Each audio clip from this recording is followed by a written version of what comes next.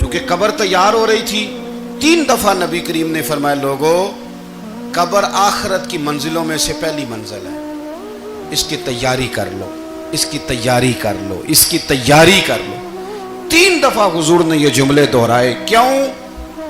ایک میں تبلیغ کرتا ہوں پر اس میں نہ درد ہے، نہ رونا ہے، نہ وہ لب و لہجہ۔ ایک حضور دعوت دے رہے ہیں قبر کی تیاری کی، لیکن اس میں آنسو ہیں، اس میں خاص رغبت ہے غلاموں کے لیے۔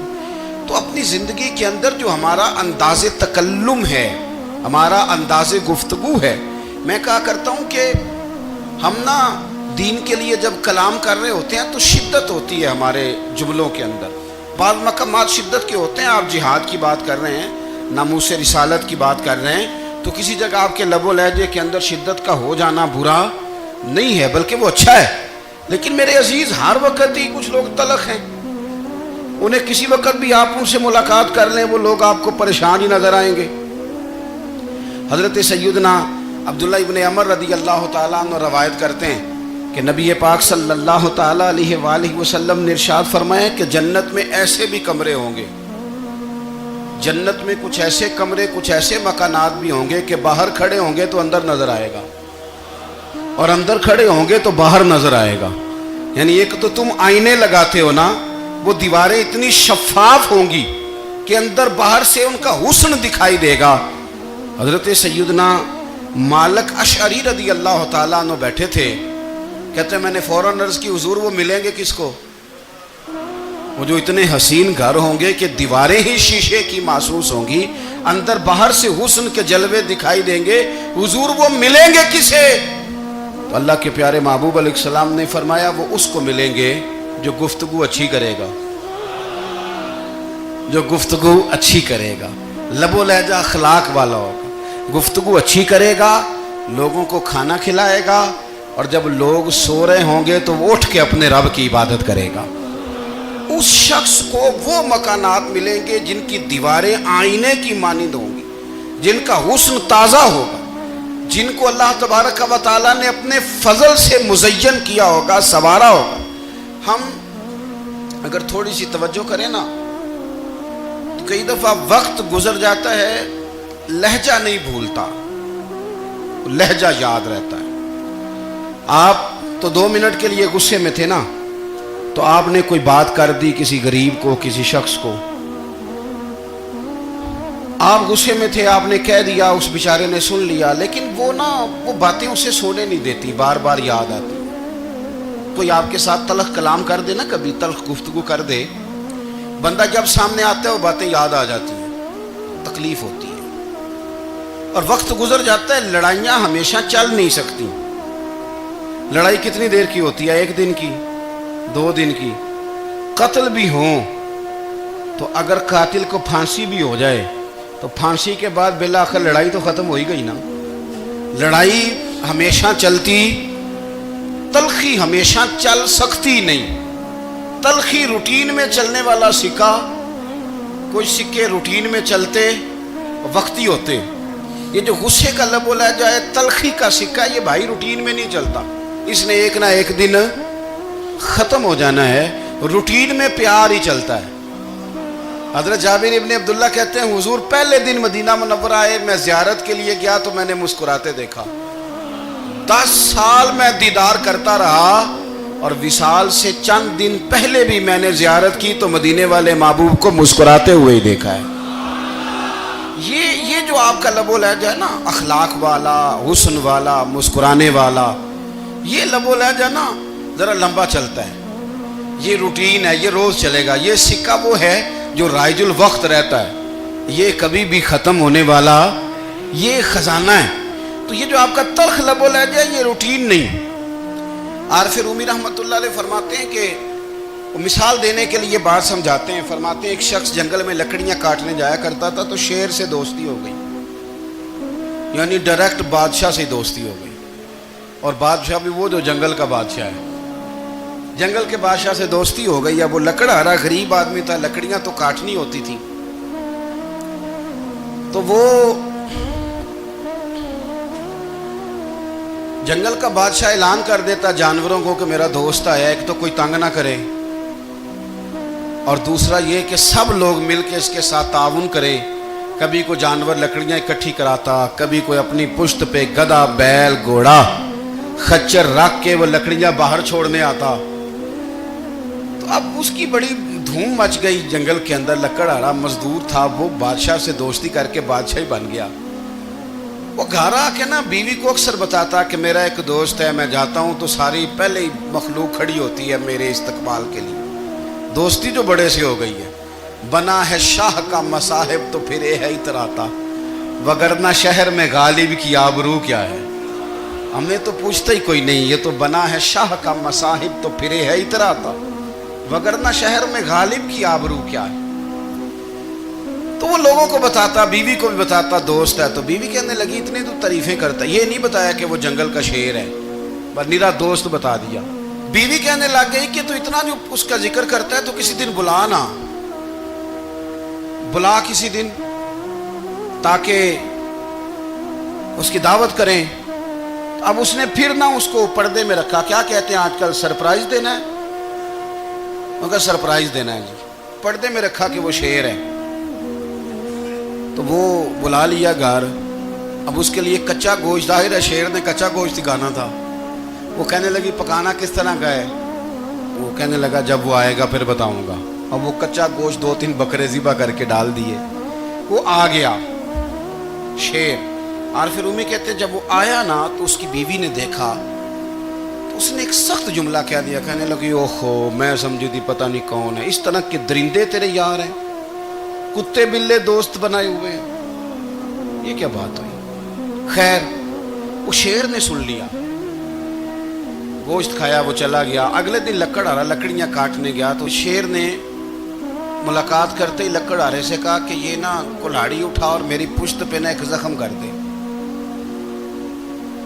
اس نے کہا نہیں میں یہ کام نہیں کرتا, تو میرا دوست ہے. اس نے کہا سن بھائی, میں نے پیار سے کہا ہے تو مان جا, ورنہ میں ہوں شیر, میں نے تجھ سے منوا ہی لینا ہے, میں کوئی تکلیف دوں گا مناسب نہیں, تو کر.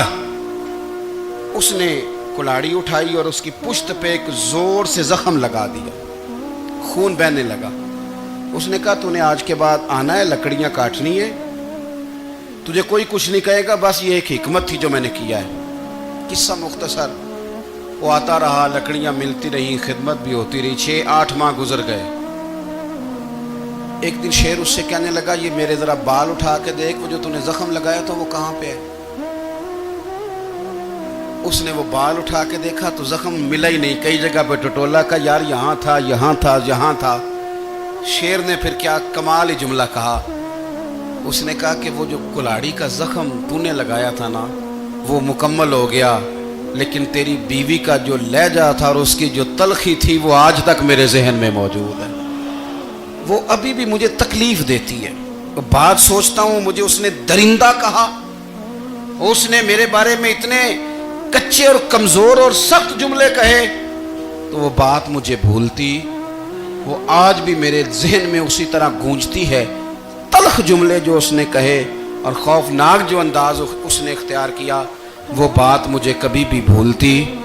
تو آپ کے لفظ لوگوں کو بھول جاتے ہیں پر لہجہ یاد رہتا ہے اگر ہم اپنے لہجے پر تھوڑی توجہ ہی کر لیں.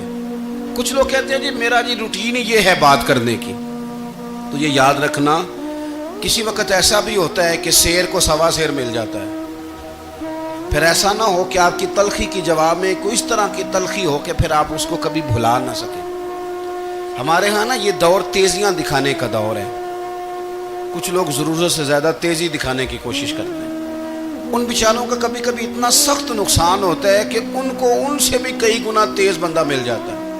وہ کسی ایسی جگہ جا کے بیچارے الجھ جاتے ہیں جہاں سے واپسی کا راستہ نظر نہیں آتا.